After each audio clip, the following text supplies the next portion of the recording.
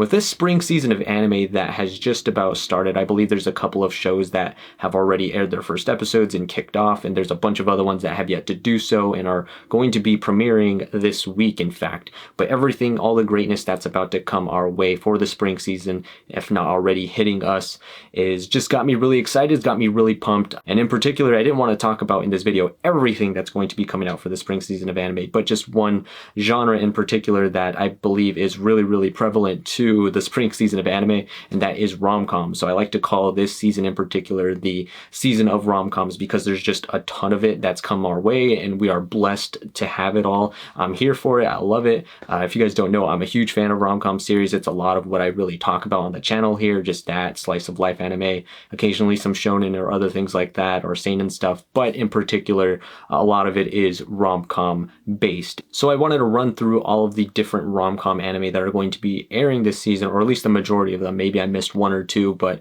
I kind of built out a little list of everything that's going to be airing for the spring season of anime that is rom-com-esque.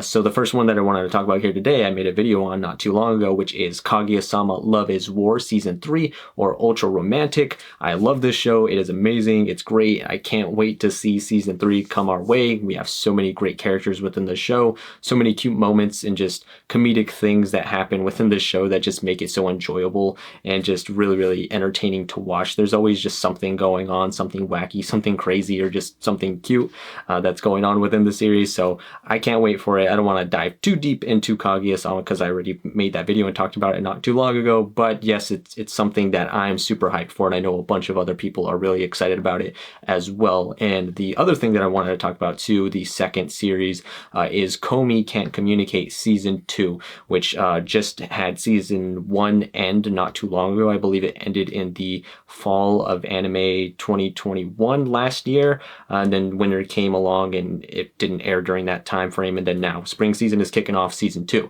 which is going to be pretty cool because I read the manga for it. I'm excited for things that are upcoming. Season 1 was handled really, really well. I liked it. It was really great. The art and animation was beautiful. Komi and everything, and just her goofiness and her shy little faces and characters and like characteristics and quirks and stuff were great. Just seeing it all animated, seeing Tadano and her relationship kind of build, and everything that's happening within Komi and just all the quirky characters that you kind of come across during the series, and seeing her develop and stuff. So I'm excited to see Komi Can't Communicate Season 2. It's going to be awesome. And yeah, that's just another great one that I'm looking forward to. And another one that's upcoming too that I have not seen personally or read is Shikimori Is Not Just a Cutie. This one I've heard great things about. I've seen a lot of different pictures and key visuals and stuff for this one, and it looks great. I can already tell that Shikimori is going to be one of the best girls in the spring season of anime 2022, alongside possibly somebody from Spy X Family. If you guys know of that series, that's going to be great, and just a couple of other ones as well. But I feel like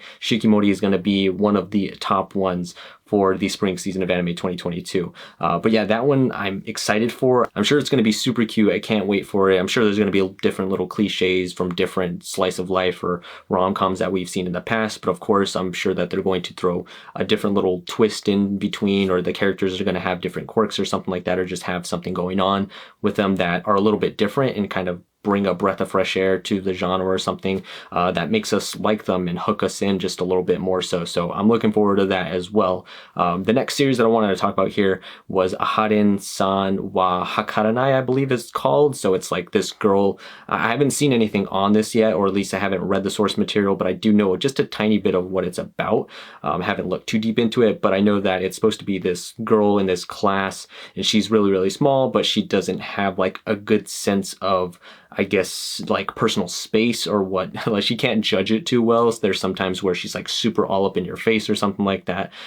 Doesn't really get personal boundaries too well, or she's like super far from you, or just different things like that. She doesn't have a really good sense of boundaries, or like how close she should be with somebody, distancing with somebody like that, which sounds pretty funny. And just somebody, there's a guy there that kind of helps her in her class, sits next to her, and he ends up, you know, helping her out, and they have like different banter and just different interactions and stuff like that, which sounds pretty cool.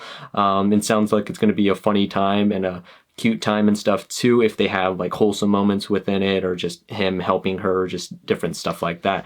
But yeah, I'm excited for that one upcoming too. And then there is a couple of Cuckoos, that's the next show that I wanted to kind of touch on here as well. I heard that this one is a harem rom-com series, so there's always going to be some type of harem show when it comes to rom-coms, when there's a bunch of them airing in a season, just like Quintessential Quintuplets, Bokuben, or something like that, We Never Learn, or just other ones of that nature. But this one, a couple of Cuckoos, I have heard good things about. I don't know too much on it other than the fact that it is a harem series and it's pretty popular in the rom-com or slice of life genre for manga and stuff. But I'm wondering what it kind of has to offer and why it is popular, because, you know, harem series, maybe, I don't know, like a lot of them can be really cliche and have different things, like different aspects of them that are the same as other ones and stuff, and have different tropes and everything from other series that maybe you can get a little bit sick of or something. But still, I'm sure that this one throws something in the mix that hooks you in just a little bit more. So maybe there's just a weird circumstance or something that kind of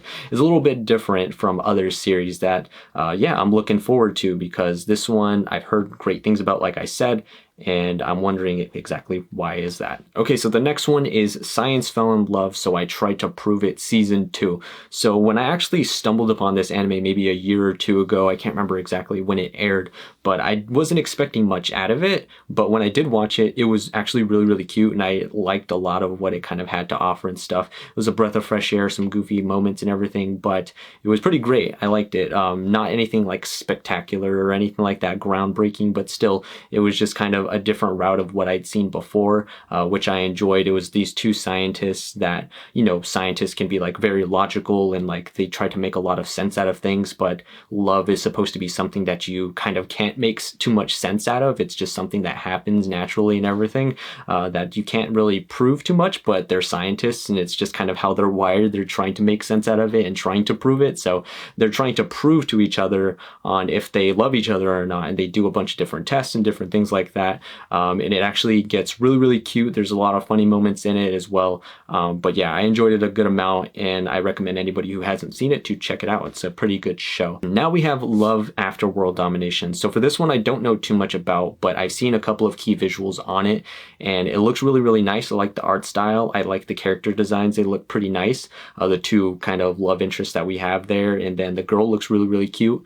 But I like the potential concept that it might bring forth as well. I didn't look into the synopsis, but you can kind of maybe guess based off the name Love After World Domination, that maybe they have like superpowers, or there's some kind of battle going on, and after, like, maybe after the battle's over, that's kind of what the end goal is after the battle's over, maybe these two love interest people like fall in love, or like they want to get together at the end of it, or maybe they're in the midst of battle, and in the midst of battle they end up falling for each other, or something along those lines. It just seems like something that's just different from what we've seen before. That's kind of the focus around it, and I'm excited to see what happens with it. But yeah, that's one in particular that I've kind of got like on my high radar right now, which I really want to see what happens with. With only 3 left on my list here, the next one is Heroin Tarumono. This one, I don't know anything really much about it. I've only seen a key visual or 2 on it really, so I don't have too much to talk about on this one or give my thoughts on. I'm gonna check it out for sure just to see if it's anything special maybe, but at the moment it just doesn't really stand out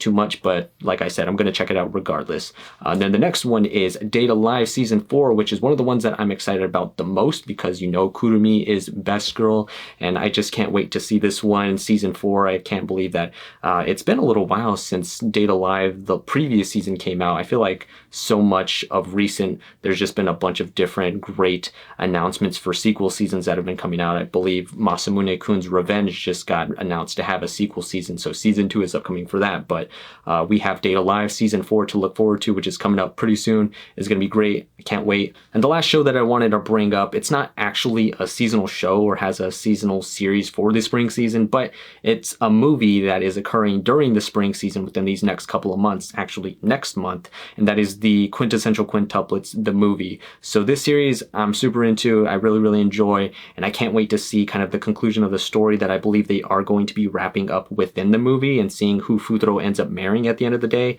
But like I said, I know this isn't a seasonal show, but I'm super excited to see what happens with it. I'm hoping they kind of push out a more global or a widespread theatrical kind of release for this show. I'm hoping for it.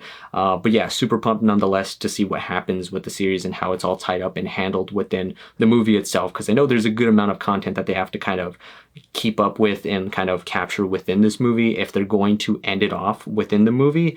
But yeah, I'm curious to see how that's going to play out, but nonetheless something exciting to look forward to that's going to be coming out pretty soon.